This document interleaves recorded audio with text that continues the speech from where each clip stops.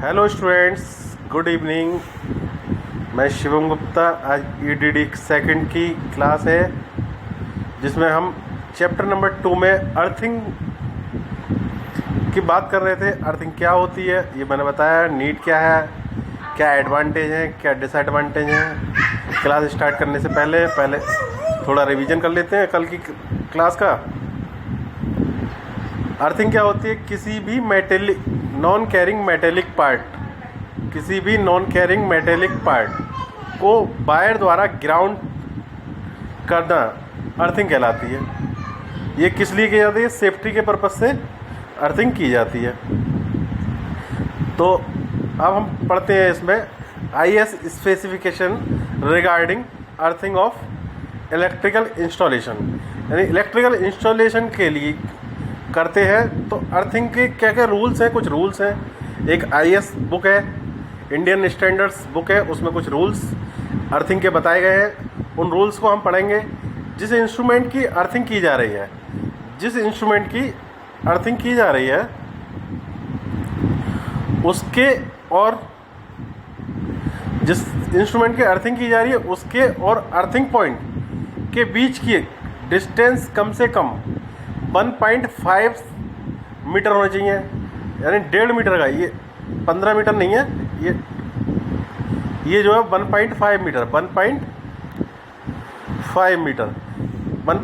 Metre होनी चाहिए। Earthing wire लगातार हो, अर्थिंग वायर कंटिन्यूस हो, बिना किसी जोड़ का हो, एंड कॉपर का बना हो। या तो कॉपर का बना हो या GI का बना हो,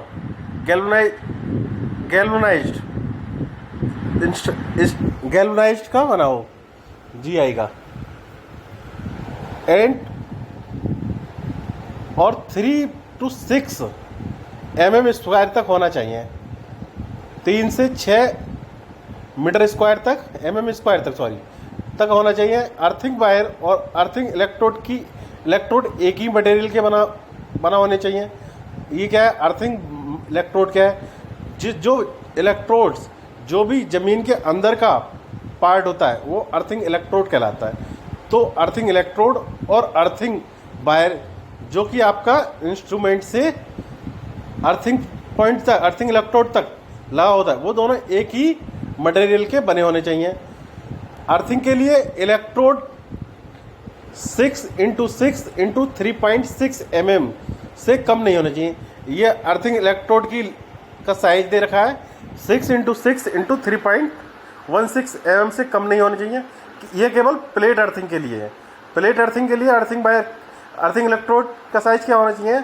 6x6x3.16 mm। अर्थिंग इलेक्ट्रोड की गहराई 1.2 से कम ना हो। अर्थिंग इलेक्ट्रोड की गहराई जो भी है वो 1.2 यानी 120 सेंटीमीटर से कम ना हो। अर्थिंग वायर का रेजिस्टेंस अलग अलग इंस्टॉलेशंस में अलग अलग रखा जाता है। अर्थिंग इलेक्ट्रोड की, ये याद रखना है, जेईई में बहुत बार पूछा जाता है। अर्थिंग इलेक्ट्रोड की गहराई कितनी होनी चाहिए? 1.2 मीटर से कम नहीं होनी चाहिए। अर्थिंग इलेक्ट्रोड का साइज क्या है? 6x6x3.16। और अर्थिंग वायर और अर्थिंग पॉइंट के बीच का डिस्टेंस 1.5 मीटर होना चाहिए। अब क्या है, देखो वायरिंग इंस्टॉलेशन में रेजिस्टेंस कितना होता है? वायरिंग इंस्टॉलेशन में 0.5 ओम से 1 ओम रेजिस्टेंस रखा जाता है। 0.5 ओम से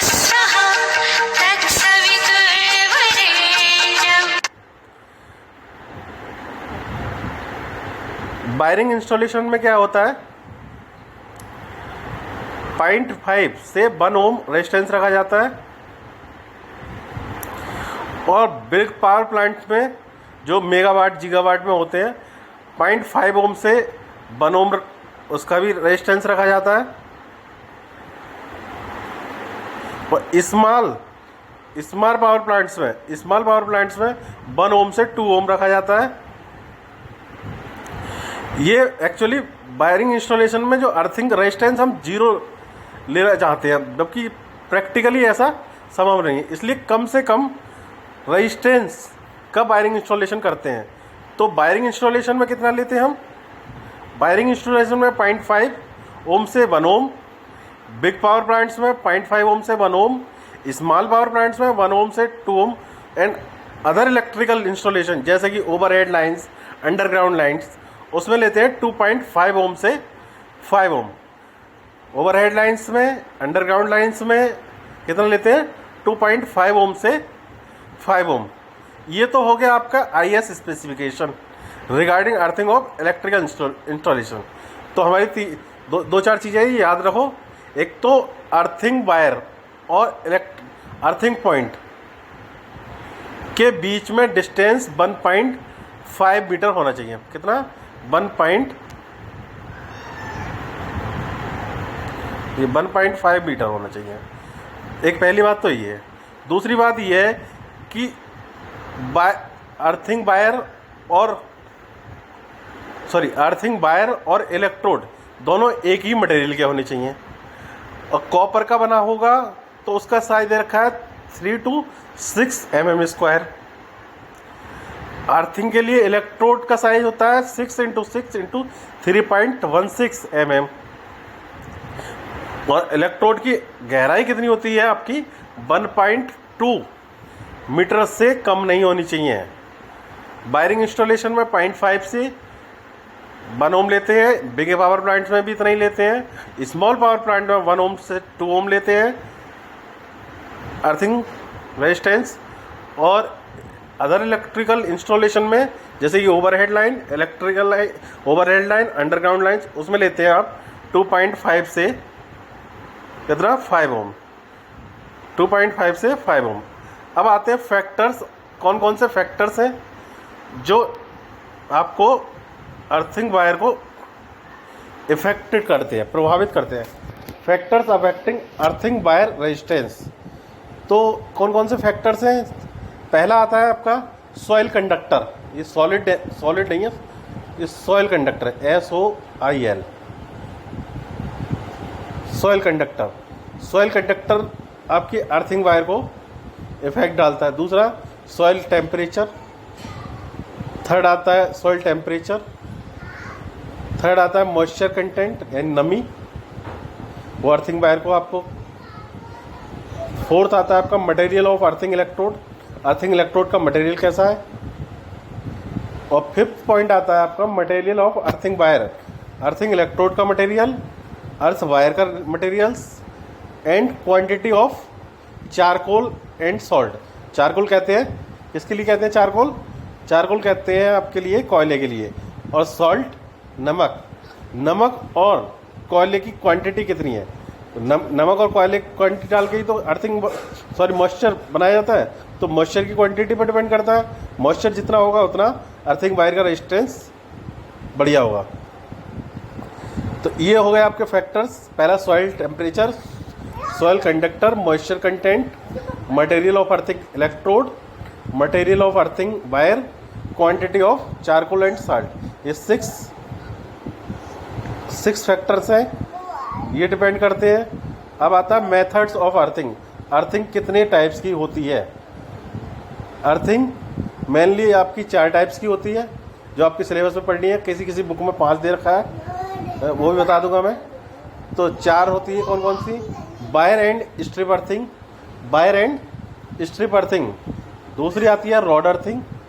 और थर्ड आती है पाइप अर्थिंग। और फोर्थ आती है आपकी plate earthing. Wire and strip earthing, rod earthing, pipe and plate earthing, pipe earthing और plate earthing. Pipe and plate earthing से 10 नंबर में पूछा जाता है क्वेश्चन। इसका आपको डायग्राम बनाने को आता है। हर साल दोनों में से कोई ना कोई एक पूछ लेगा। तो इसके दोनों के डायग्राम बहुत इंपॉर्टेंट है। तो पहले पढ़ते हैं हम pipe, wire and strip earthing. Wire and strip earthing क्या होती है? इस प्रकार की अर्थिंग में अर्थिंग इलेक्ट्रोड के एक वायर एंड स्ट्रिप का यूज किया जाता है। या तो एक वायर का यूज किया जाएगा या स्ट्रिप का यूज किया जाएगा। वायर किस तरह से? इस तरह से वायर होता है। स्ट्रिप किस तरह से होती है? जो आपकी आयताकार होती है, रेक्टेंगुलर टाइप की, वो स्ट्रिप कहलाती है। अर्थिंग की गहराई वायर अर्थिंग के लिए कितनी होनी चाहिए? 1.5 मीटर। अर्थिंग की गहराई वायर अर्थिंग के लिए अर्थिंग की गहराई वायर अर्थिंग के लिए 15 मीटर तथा स्ट्रिप अर्थिंग के लिए 5 से 8 मीटर रखी जाती है। कितनी रखी जाती है वायर अर्थिंग के लिए गहराई? आप 15 मीटर और स्ट्रिप अर्थिंग के लिए 5 से 8 मीटर रखी जाती है। ये होगी आपके wire and strip earthing. Rod earthing क्या होती है? रॉड अर्थिंग में क्या करते हैं? इस प्रकार की अर्थिंग के लिए अर्थिंग इलेक्ट्रोड के रूप में एक मेटल की रॉड का यूज किया जाता है। देखो, इंस्ट्रूमेंट से इलेक्ट्रोड तक तो आप वायर ही यूज करेंगे। इसमें कोई भी अर्थिंग हो, इंस्ट्रूमेंट से अर्थिंग तक क्या करेंगे, इलेक्ट्रोड तक क्या करेंगे, वायर यूज करेंगे। अब वो अलग है कि आप ज़मीन में क्या यूज कर रहे हैं। या तो आप स्ट्रिप यूज कर रहे हैं तो रॉड यूज कर रहे हैं तो रॉड अर्थिंग हो जाएगा। स्ट्रिप यूज कर रहे हैं तो स्ट्रिप अर्थिंग। अगर आप वायर यूज कर रहे हैं नीचे भूमि में तो क्या हो जाएगा आपका वायर अर्थिंग। तो रॉड अर्थिंग में क्या करेंगे, वायर तो यूज करेंगे आपको इंस्ट्रूमेंट से इलेक्ट्रोड तक, और ज़मीन में क्या करेंगे आप, मेटल की एक रॉड का यूज किया जाता है। इसके लिए सैंड सॉइल का यूज किया जाता है। सैंड सॉइल का, क्योंकि वहाँ मेटल की रॉड को ज़मीन पर रखकर हैमर की हेल्प से अंदर खिसका दिया जाता है। क्या करते हैं, रॉड को हैमर से खिसका दिया जाता है। हैमर की चोट से आपको अंदर घुसा दिया जाता है, वो रहेगा, और आपको वायर को रॉड से कनेक्ट कर दिया जाएगा इलेक्ट्रोड से। वो कहलाएगी आपकी रॉड अर्थिंग। नेक्स्ट आता है आपका पाइप अर्थिंग। पाइप अर्थिंग क्या होती है? पाइप अर्थिंग इस प्रकार के अर्थिंग में एक पिच को जमीन के अंदर कम से कम 1.25 मीटर तक अंदर कर दिया जाता है। एक पिच को क्या कर दिया जाता है, अंदर कर दिया जाता है। इस पाइप को अंदर करने के बाद कुछ दूरी पर होल्स बने होते हैं। होल्स बने होते हैं। पाइप को अंदर करने के बाद सॉल्ट एंड चारकोल की लेयर से कवर कर दिया जाता है। क्या कर दिया जाता है, सॉल्ट और चारकोल की लेयर से कवर कर दिया जाता है। सॉल्ट मतलब नमक, और कोयले की लेयर से क्या कर दिया जाता है, कवर कर दिया जाता है। क्यों करते हैं भाई? मॉइस्चर बनाने के लिए। पाइप में होल्स के बीच की डिस्टेंस लगभग 15 मीटर होती है। होल्स के बीच का डिस्टेंस कितना होता है? 15 मीटर। इसमें 2 मीटर लंबे पाइप को अर्थिंग इलेक्ट्रोड के साथ में यूज किया जाता है। लेकिन मॉइस्चर कम होने पर ये लेंथ 2 मीटर से, मॉइस्चर कम होने पर क्या होता है, ये लेंथ को 2 मीटर से 2.75 मीटर तक हो सकती है। इंडस्ट्री में पाइप अर्थिंग का बहुत ज़्यादा यूज किया जाता है। इंडस्ट्री में पाइप अर्थिंग हमें बहुत ज़्यादा यूज की जाती है। तो पाइप अर्थिंग समझ में आ गया। इसके अभी डायग्राम दिखाऊंगा दोनों। प्लेट अर्थिंग में इलेक्ट्रोड के रूप में एक मेटल की प्लेट का यूज किया जाता है। इलेक्ट्रोड के रूप में क्या करा जाता है, एक मेटल की प्लेट का यूज किया जाता है। यह प्लेट उसी मटेरियल की बनी होती है जिस मटेरियल का अर्थिंग वायर लगाया जाता है। मैंने बताया था वायर हम उसी का यूज करेंगे जिसका आपका इलेक्ट्रोड, जिस मेटल का इलेक्ट्रोड होगा, तो उसी की यूज की जाती है। इसमें प्लेट भी जिसका वायर यूज किया जाता है। जिस मटेरियल का अर्थिंग वायर लगाया जाता है उसकी हम प्लेट यूज करते हैं। मेटल की प्लेट को जमीन में लगभग 15 मीटर की गहराई तक अंदर किया जाता है। कितनी गहराई तक? 15 मीटर की गहराई तक। प्लेट तक अर्थिंग वायर को एक पाइप के थ्रू ले जाया जाता है। प्लेट को क्या करा जाता है, एक पाइप बीच में पाइप डाल देते हैं, उसके थ्रू लाया जाता है। साल्ट एंड चारकोल द्वारा प्लेट को कवर कर दिया जाता है। वही उस साल्ट और चारकोल के द्वारा कवर कर दिया जाता है। प्लेट अर्थिंग में 6 × 6 × 3.18 मीटर कॉपर की प्लेट का यूज किया था। कितने साइज की? 6 × 6 × 3.18 mm कॉपर की प्लेट का यूज किया जाता है। ये हो गई प्लेट अर्थिंग। अब देखो इसके डायग्राम दोनों देख लो। ये है आपका प्लेट अर्थिंग का डायग्राम। प्लेट अर्थिंग का डायग्राम ये है। इसमें क्या है, ये देखो प्लेट है और इसको ये प्लेट लगी हुई है। ये लेयर्स है आपकी, ये चारकोल की लेयर्स है और सॉल्ट की। चारकोल और सॉल्ट की लेयर बनी हुई है। इसके साइज जो है 15 mm है एक लेयर का। 15 सेंटीमीटर है। और टोटल इसकी लेंथ जो है 2 मीटर है। और यहाँ से यहाँ तक की लेंथ, इस पॉइंट से इस पॉइंट तक की 4.3 है। ये कीप लगी हुई है। कीप किस लिए यूज करते हैं? क्योंकि जिससे मॉइस्चर कम हो जाए तो हम पानी डाल दें, पानी डाल के मॉइस्चर को बढ़ा दिया जाए। ठीक है, ये कीप लगी हुई है। ये सीमेंट का बॉक्स बना होता है, ये बॉक्स सीमेंट का बना होता है। ये नेट लगा हुआ है यहाँ पर। ये पाइप अर्थिंग है। ये टोटल 2 मीटर की होती है यहाँ से यहाँ तक की, और 2.75 यहाँ से, और टोटल ये होती है 4.3 मीटर की, 4.3 मीटर की। और यहाँ इस पॉइंट से इस पॉइंट तक के बीच की दूरी होती है, यानी पाइप से अंदर बाहर तक की दूरी कितनी होती है? 39 mm डायमीटर का ये होल होता है। 30 पाइप का होल कितना होता है? 30 mm डायमीटर का। 10 mm डायमीटर के ये होल्स होते हैं। ये हो गई पाइप अर्थिंग आपकी। अब प्लेट अर्थिंग देखते हैं। प्लेट अर्थिंग क्या होती है? ये आपकी प्लेट अर्थिंग है। प्लेट अर्थिंग,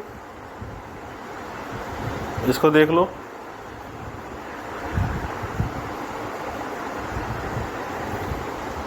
ये देखो एक प्लेट लगी हुई है,